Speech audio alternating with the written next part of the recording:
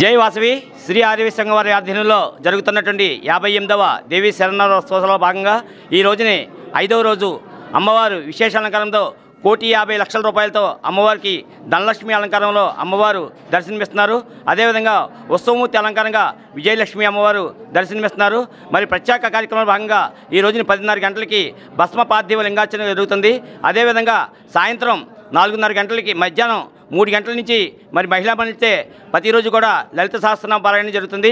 మరి అదేవిధంగా సాయంత్రం 4 గంటల నుంచి మరి అష్టోత్తర శతకమములు, అదేవిధంగా శతభిషం, ఉత్తరాషాఢ, అదే పూర్వాషాఢ నక్షత్రాలకి జపహోమములు అన్నీ కూడా జరుగుతాయి. సాయంత్రం అదేవిధంగా మంత్రపుష్పము, తీర్థప్రసాద వినియోగం, దర్బారు సేవ జరుగుతుంది. కాబట్టి పట్టణ ప్రజలు కూడా ఈ ధనలక్ష్మి అమ్మతారంటే మన సంపద శ్రేయస్సు పెరుగుతుంది, ధనం మూలం విధం జగత్తు. మరి అటువంటి అమ్మవారు అదేవిధంగా మనం ఏ కార్యక్రమమైనా విజయం సాధించే విజయలక్ష్మి అమ్మవారు. అటువంటి రూపాల్లో ఈ రోజున ధనలక్ష్మి విజయలక్ష్మి అమ్మవారి రూపంలో వాసవి అమ్మవారు దర్శనమిస్తున్నారు. కాబట్టి పట్టణ ప్రజలు, పరిసర ప్రాంత ప్రజలందరూ కూడా అమ్మవారిని దర్శించుకుని తీర్థప్రసాదాలు స్వీకరించి అమ్మవారి కృపకు పాత్రలు కావాల్సి వచ్చున్నాం. జై వాసవి. మరి ఈ రోజున మన తాడేపులగూడెంలో ఏలూరు రోడ్లో గల శ్రీ వాసవి కంచికా పరమేశ్వరి అమ్మవారు పంచాయతన క్షేత్రంలో మరి 5 రోజుల మట్టి కూడా దసరా ఉత్సవాలు చేయడం జరుగుతుంది.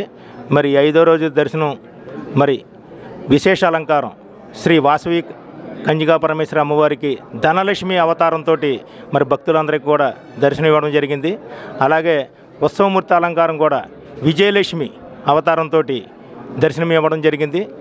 అలాగే భస్మలింగార్చన 11 గంటల కానించి జరుగుతుంది. కాబట్టి సాయంత్రం 4:30 కానించి 8 మంది జంటలతోటి అష్టోత్తర కమల హోమం జరుగుతుంది. కాబట్టి 50 మంది భక్తులు కూడా విచ్చేసి తప్పనిసరిగా వచ్చి మన అమ్మవారి తీర్థప్రసాదాలు తీసుకుని కోరి ప్రార్థన. జై వాసవి.